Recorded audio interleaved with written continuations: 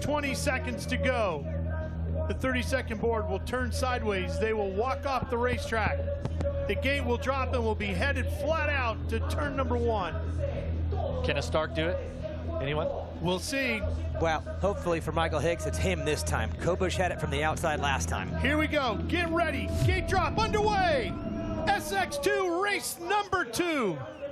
Here in Buenos Aires, and Anstey right there on the inside. He's going to take the lead, headed through that first rhythm lane. But he's going to get challenged quickly. Coming up the inside, headed through the next rhythm lane. It's the 460 of Michael Hicks on the Stark right there. The electric bike up to second place quickly here. We got McElrath back in third. Oh, One fifth rider went down. McElrath right there in third. Got the start he needed to have. Who was that, Daniel? Was that Park or Viney? Oh, it's Park. Yeah, Colin Park down. Park. That's terrible. A 3-race format, too. You got to piece these things together, but look at Michael Hicks. He's getting a little bit of revenge for that last race where he was the one down early. Now we get to see the Stark go head-to-head with Anstey and McElrath. Then it's Lopes and Thompson right behind them. That's your top 5. And there's Park at the tail end of that Moto Concepts Racing entry number 43. That's the last thing Colin Park needed right there. But now we're going to see what he's made of. Okay, started up front, had a pretty settled race in race 1. Now he has to work for it. He is dead last. Yeah. Here's McElrath. Let's keep an eye on him. We know he's got to get up there to challenge Anstey. He cannot allow Anstey to score max points all night long. The first thing he has to do is get around Hicks on that start.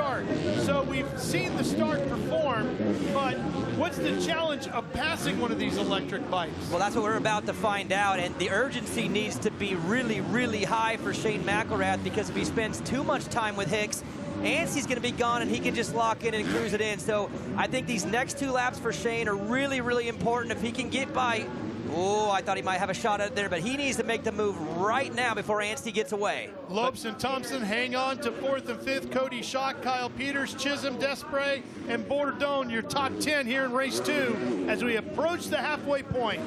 But I got to tell you guys, the 460 of Michael Hicks, he's from Missouri in the United States. He is a multi-time arena cross champion. This is the highest level of racing that he has performed at this level. He's got a former world champion in front of him. He's got the reigning world champion behind him, and he's completely holding his own on a bike that is new to this level of racing. You can't underestimate what that is and what the Stark is achieving with Michael Hicks turning the throttle.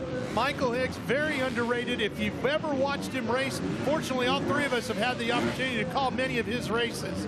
This young man can ride the wheels off a motorcycle, and it's taking everything Shane McElrath has to figure out how to get around him. Yeah, and when he is confident, he's pretty lethal. And Jeff, you're right. At this stage, we haven't seen this version of Michael Hicks. You put him on an arena cross track, and he's dominant. He knows it. But look who he is between. These are 2 really credentialed supercross riders, and he is unfazed by the moment. Yeah, and so some of the talk tonight that sort of my analysis is that can the Stark be as fast through the whoops as the gasoline engine bikes? And Hicks,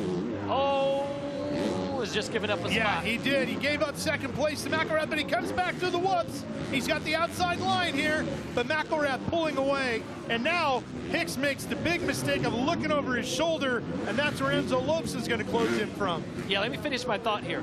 Hicks has found a way to make that bike go across the whoops really, really well. So he may have neutralized what maybe conceptually is maybe the weak spot. Yeah, right? Let's take a look at it right here, too. Watch, Hicks is going to square up, so we're going to get a chance to see him go side by side. Good entry speed, and you're right, neutralize it. So he does lose some time to Shane, but let's be real. Shane McElrath is also one of the best riders in the whoops on a 250, so it's not a perfectly fair comparison, but I think it held its own. Yeah, so Hicks has got Lopes that he's going to have to deal with, the Brazilian rider who is so excited to have a race in South America, not far from where he lives in Brazil. And how many fans do you say you have with him? 100 or something? I was walking out there earlier. There's Brazilian flags all over the place. They are here to cheer on their man. and he is not disappointing. McElrath, the rider out of North Carolina, doing everything he can to catch Anstey. A couple of former world champs here battling it out.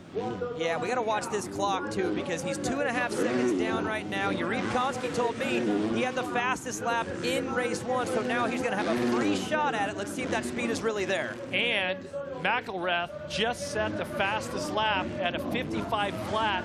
He was 0.7 of a second quicker than our leader, Max Anstey. He's going to need everything he can to reel him in. The gap was 2.6. Can he shorten that up a little bit? We'll get a quick look as they get close to the finish line jump, entering into the whoop section one more time here. They're coming to the line. They'll be lap 7. Here we go. What is Anstey turn? Oh, Anstey with a blazing 54.985, the quickest lap of the night by Max Anstey when he needed it most. And Lopes gets around Hicks, and the Stark slots back another spot, push him back to 4th. yeah, this is a great bounce back for Lopes too. He had a tough one race 1, worked himself backwards near 9-10 maybe. This is a great rebound for him, puts him in a position, Jeff, maybe for that overall. Again, race 3 is where the big points come. It's a longer race, so if he can put a good one on the board now and have a great race 3, maybe he sneaks his way back onto the podium for tonight's overall. Well, I think Michael Hicks is trying to sneak his way back into the 3rd position. He's got Cole Thompson behind him on the Kawasaki, starting to breathe down his neck. And Max Anstey getting closer to putting together a perfect night. Final lap underway. One more to go for Max Anstey, and another 10 points possibly getting deposited into his account. Lopes right there. Enzo running in 3rd. McElrath hangs on in 2nd. Hicks, Thompson, Schock, Desprez, Peters. Chisholm now up to 9th, and Bourdon loses another spot to Cullen Park, who fought his way from dead last to 10th. So Park clawing his way back into the top 10. I got to tell you guys, it looks like that hot tea that Anstey had in between race 1 and 2 certainly was the. It was good. That was Yeah. the ticket. Now, do you think it's Earl Grey or more like a breakfast tea? I was wondering. We'll have to find out. And we're here in Brazil, it'd be Meta, right? Meta, yeah. Meta. Exactly. Little Mete. All right, here we come. Max Anstey on his way. The former world champ wins it again here. He'll take race number 2 in SX2 and another 10 points go in his column. Man, that looked pretty easy, guys. Yeah, Sure did. He's in position to sweep the whole night. From practice 1, if he wins this Super last pole. one, what a night. A great ride for Michael Hicks on the start. Really impressive. Lopes coming up to 3rd. McElrath showed that, okay, I'm there. I can run the speed. And now we've got the 12-lapper coming up just a little bit later on. And again, Cullen Park fought his way all the way up to 10th after going to dead last out of the gate. And the rest of the field coming across the line. You saw Robbie Wageman and Noah Viney. Next race for them will be race 3, which will be a 12-lapper, but 25 points on the board. And let's head down. Kristen as the race winner.